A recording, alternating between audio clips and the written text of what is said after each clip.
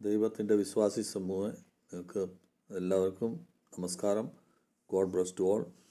ഈ ഇന്നത്തെ നമ്മളൊരു പുതിയ വിഷയത്തിൽ നമ്മൾ ചിന്തനം ചെയ്യുന്നതിൻ്റെ അത് ഗലാത്യയുടെ പുസ്തകം 4-ാം അധ്യായം 28-ാം വാക്യത്തിൽ ഈ പ്രകാരം പറയുന്നു: സഹോദരന്മാരെ, നാം എല്ലാവരും ഇസാക്കിൻ്റെ കൂട്ട് ഉടമ്പടിയ സന്താനങ്ങളാകുന്നു.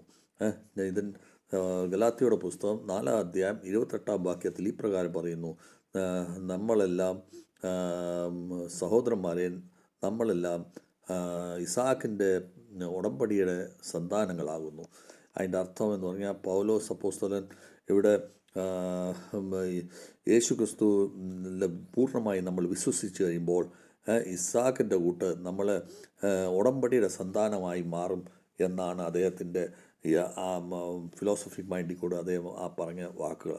അപ്പം അതിനർത്ഥം എന്ന് പറഞ്ഞാൽ, നമ്മളെപ്പം ദൈവത്തിൽ പൂർണ്ണ വിശ്വാസത്തോടു കൂടി ജീവിക്കുമ്പോൾ നമ്മൾ ഒരു ഉടമ്പടി കരാർ നമ്മൾ ദൈവമായിട്ട് ഉണ്ടാകുന്നു. ആ കരാർ എന്ന് പറയുന്നതാണ് നമ്മൾ ദൈവത്തിൻ്റെ പുത്രനായി മാറുന്നത്. അപ്പം അങ്ങനെ നമ്മൾ ചിന്തിക്കുമ്പോൾ, നമ്മൾ യഹോവയിലായിത്തീരുമ്പോൾ, നമ്മളൊരു മാനുഷിക യത്നം കൊണ്ടോ അല്ലെങ്കിൽ നിയമം കൊണ്ടോ അല്ലെങ്കിൽ ശരീരത്തിൻ്റെ നമ്മുടെ കഴിവുകൊണ്ടോ അല്ല നമ്മൾ ജീവിക്കുന്നത്. നേരെ മറിച്ച് യഹോവയുടെ ഉടമ്പടിയുടെ പുറത്തും അതോടൊപ്പം തന്നെ അദ്ദേഹത്തോടുള്ള ഉറച്ച വിശ്വാസത്തിൻ്റെ പുറത്താണ് നമ്മൾ ജീവിക്കുന്നത്. അപ്പോൾ ഇതിനെ സംബന്ധിച്ച് നമ്മളൊരു ഹിസ്റ്റോറിക്കലായിട്ട് നമ്മളിത് ബൈബിളിനെ നമ്മൾ അധ്യയനം ചെയ്യുമ്പോൾ നമുക്ക് ഇതിൻ്റെ മനസ്സിലാകുന്നത് എന്താണെന്ന് വെച്ചാൽ, അതായത് അബ്രഹാമിന് 2 ഭാര്യമാരുണ്ടായിരുന്നു. ഒന്ന് ഒരു അവിടെ ദാസിയായിട്ടിരുന്ന അദ്ദേഹത്തിൻ്റെ ഹജിറ എന്ന് പറഞ്ഞ അദ്ദേഹത്തിൻ്റെ നിന്ന് കൂടി ഇസ്മായിൽ ജനിക്കുന്നു. അതേസമയം സാറ എന്ന് പറയുന്ന സ്വന്തം ഭാര്യയിൽ നിന്ന് ഇസാഖും ജനിക്കുന്നു. നമുക്കിതിനെ പറ്റി പറയുമ്പോൾ നമുക്ക് മനസ്സിലാകുന്നത്, ഇസ്മായിൽ ഒരു ദാസിയുടെ മകനായിരുന്നു. ആ ദാസിയുടെ മകനായതുകൊണ്ട് അത് ദാസത്വത്തിൽ ജീവിച്ച ഒരു വ്യക്തിയാണ്. അദ്ദേഹത്തിന് ദാസത്വത്തിൽ കൂടി ജനിച്ച ഒരു വ്യക്തിയാണ്. അതേസമയം നേരെ മറിച്ച് സാറായിൽ കൂടി ജനിച്ച കുട്ടി, അതായത് യഹൂദന്മാർ വന്ന് അവർക്ക് അനുഗ്രഹവും അദ്ദേഹത്തിന് കൃപയും കൊടുത്തു കഴിഞ്ഞപ്പോൾ, അങ്ങനെ ഈ പൂർണ്ണ വർദ്ധിക്ക അവസ്ഥയിൽ അവർക്ക് ജനിച്ച ഒരു കുട്ടിയായിട്ടാണ് അത് നമുക്ക് കാണാൻ സാധിക്കുക. അതുകൊണ്ടാണ് അതിനെ നമ്മൾ ദൈവിക രീതിയിൽ നമ്മളത് മനസ്സിലാക്കുക, ഉടമ്പടിയുടെ മകനായിട്ടാണ് നമ്മൾ മനസ്സിലാക്കുന്നത്. അപ്പം ഇസാക്ക് ജനിച്ചിരിക്കുന്നത് കൃപയുടെയും വിശ്വാസത്തിൻ്റെയും പ്രതീകമായിട്ടാണ് നമ്മളതിനെ ചിന്തിക്കുന്നത്. അതേസമയം ഇസ്മായിൽ ജനിച്ചിരിക്കുന്നത് അത് മാനുഷിക കഴിവും അല്ലെങ്കിൽ ആ ചിന്താഗതിയും അതോടൊപ്പം തന്നെ വ്യവസ്ഥയുടെയും കാനൂനിൻ്റെയും ഒരു പ്രതീകമായിട്ടാണ് നമ്മൾ മനസ്സിലാക്കാൻ സാധിക്കുന്നത്. അപ്പം ഗലീലയുടെ കലീശയിൽ നമുക്ക് കാണാൻ കുറച്ച് വ്യക്തികൾ ഇത് പറയാറുണ്ട്: ഉദ്ധാരം കിട്ടണമെങ്കിൽ നമുക്ക് നമുക്ക് നിയമങ്ങൾ പാലിച്ചാൽ മാത്രം മതി എന്ന് പറയും. അപ്പോൾ അതിനെ പൗലോസ് അപ്പോസ്തലനും അതിനെ എതിർക്കുന്നുണ്ട്. ഒരു കാരണവശാലും അങ്ങനെ കിട്ടത്തില്ല. നമ്മൾ ദൈവത്തിൽ ഉറച്ച വിശ്വാസത്തിൽ കൂടെ ദൈവത്തിൽ നിന്ന് സമ്മാനിക്കുന്ന ദാനമായിട്ടാണ് നമ്മൾ ഉദ്ധാരം ദൈവം നമുക്ക് തരുന്ന ആശീർവാദവും കൃപകളും അനുഗ്രഹങ്ങളും. അപ്പോൾ നമ്മൾ അങ്ങനെയാണ് രക്ഷപ്പെടുന്നത്. അപ്പം നമ്മൾ ഈ വ്യവസ്ഥകളുടെ അധീനമായിട്ട് ജീവിക്കുമ്പോൾ നമ്മളൊരു ദാസനായിട്ടാണ് ജീവിക്കുന്നത്. അതേസമയം ഉടമ്പടിയുടെ അധീനമായിട്ട് നമ്മൾ ജീവിക്കുമ്പോൾ നമ്മൾ ഒരു ദൈവത്തിൻ്റെ ഹെറിഡിറ്റി ആയിട്ട്, ദൈവത്തിൻ്റെ ഉത്തരാധികാരിയായിട്ടാണ് നമ്മൾ ജീവിക്കുന്നത്. അപ്പം അതാണ് നമുക്കിപ്പോൾ ഈ ബൈബിളിൽ കൂടി പഠിക്കാൻ സാധിക്കുന്നത്. സ്പിരിച്വലായിട്ട് നമ്മൾ നോക്കുമ്പോൾ, അതിനെ വ്യാഖ്യാനിച്ച് കഴിയുമ്പോൾ, നമ്മളെ അറിയുന്നത് തന്നെ ദാസനായിട്ടല്ല, ദൈവത്തിൻ്റെ സന്താനമായിട്ടാണ് നമ്മളെ അറിയപ്പെടുന്നത്. സ്പിരിച്വൽ രീതിയിൽ നമ്മൾ മനസ്സിലാക്കുക. ഇപ്പോൾ നമ്മൾ സന്താനമായിട്ട് ജീവിക്കുമ്പോൾ നമുക്ക് പേടിയില്ല, സ്നേഹവും വിശ്വാസവും അതോടൊപ്പം തന്നെ ഉടമ്പടിയും അടിസ്ഥാനത്തിലാണ് നമ്മൾ ജീവിക്കുന്നത്. അതേസമയം നമ്മൾ പുതിയ ഒരു ജന്മത്തിലും വിശ്വാസത്തിലും യഹോവയുടെ സന്താനമായി മാറുമ്പോൾ, നമുക്ക് ഇസാക്കിൻ എങ്ങനെ ഒരു സംഭവിക്കാൻ പറ്റാത്ത ഒരു അവസ്ഥയിൽ ജനിച്ചോ, ആ അവസ്ഥയിൽ നമ്മൾ ഒരു പുനർജീവനമാണ് നമ്മളുടെ ജീവിതത്തിൽ ഉണ്ടാകുന്നത്.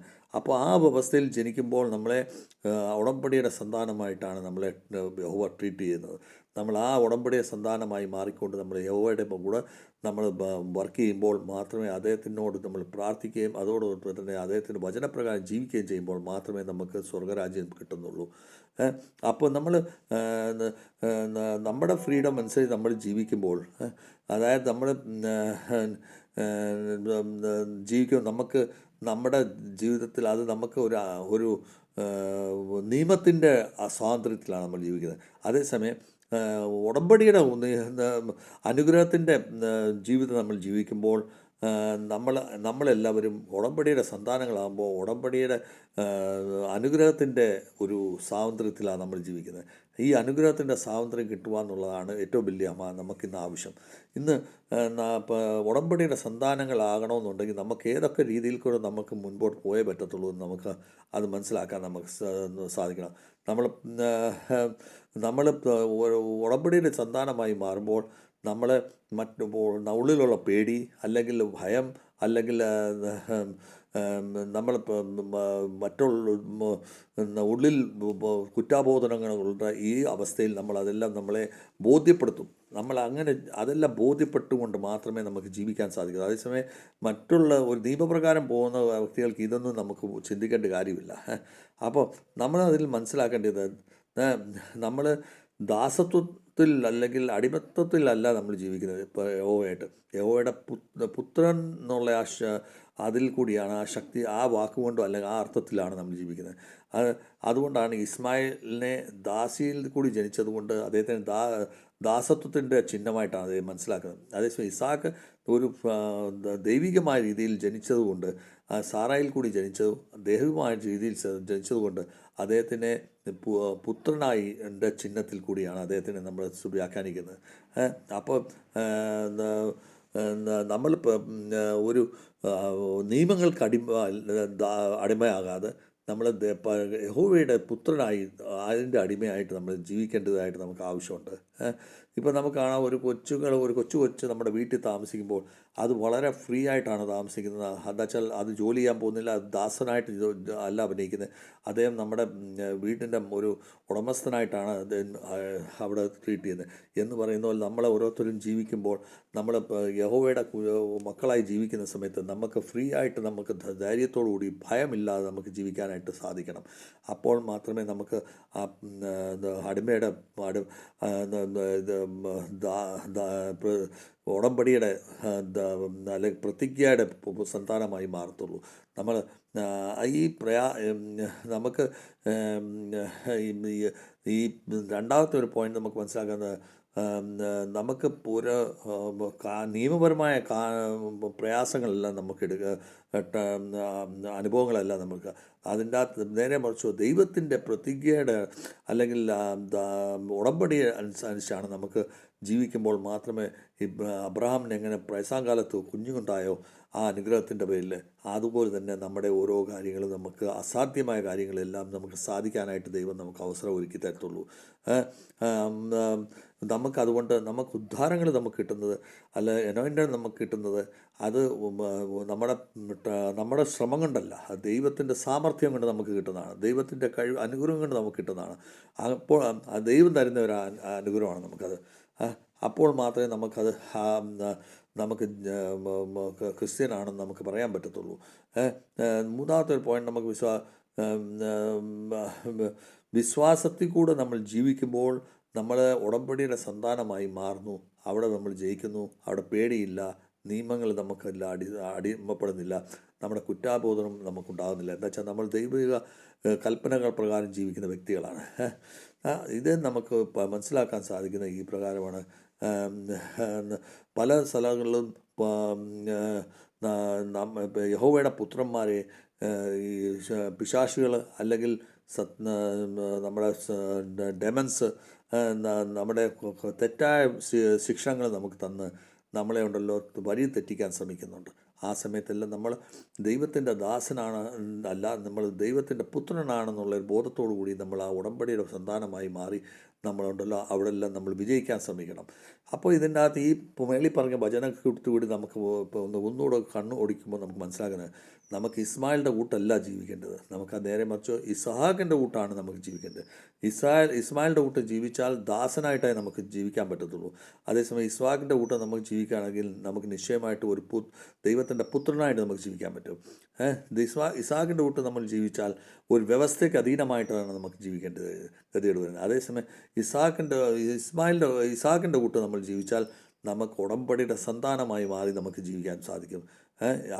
അങ്ങനത്തെ ഒരു അവസ്ഥയിൽ നമുക്ക് ജീവിക്കുമ്പോൾ മാത്രമേ നമ്മുടെ കുടുംബത്തിനും നമുക്കും എല്ലാവർക്കും അഭിവൃദ്ധി ഉണ്ടാകത്തുള്ളൂ, ആത്മീയ വളർച്ച ഉണ്ടാകത്തുള്ളൂ, നമ്മളെല്ലാവരും അതിൽ കൂടി നമ്മൾ വിജയിക്കത്തുള്ളൂ. ആ ഒരു വിജയത്തിൽ നമുക്ക് ഈ ഇസ്ഹാക്കിൻ്റെ കൂട്ട് നമ്മളെ ഉടമ്പടി സന്താനമായി നമ്മൾ ദൈവത്തിൻ്റെ പുത്രനായി നമ്മൾ ജീവിക്കാനായിട്ട് നമ്മൾ ബാധ്യസ്ഥരാണ്. അങ്ങനെ ജീവിക്കുന്ന ഒരു വിശ്വാസത, അപ്പോൾ നമ്മൾ പേടിയും ഭയവും ഇല്ലാതെ നിസ്വാർത്ഥമായിട്ട് നമ്മൾ ദൈവത്തിൻ്റെ സ്വതന്ത്രമായ ഒരു ജീവിതത്തിൽ നമുക്ക് ആത്മീയ സ്വതന്ത്രതയെ നമുക്ക് കിട്ടിക്കൊണ്ട് നമ്മൾ ജീവിക്കുന്ന ഒരു അവസ്ഥയിൽ നമ്മൾ വരുമ്പോൾ നമുക്ക് എല്ലാ അനുഗ്രഹങ്ങളും നമുക്ക് കിട്ടും. ഈ അനുഗ്രഹങ്ങളെല്ലാം നമ്മുടെ കുടുംബത്തിനും നമ്മുടെക്കും എല്ലാ അഭിവൃദ്ധിക്കായി മാറട്ടെ എന്ന് പ്രാർത്ഥിച്ചുകൊണ്ട് എൻ്റെ വാക്കുകൾ ഞാൻ ചുരുക്കുന്നു. God bless to all. Amin.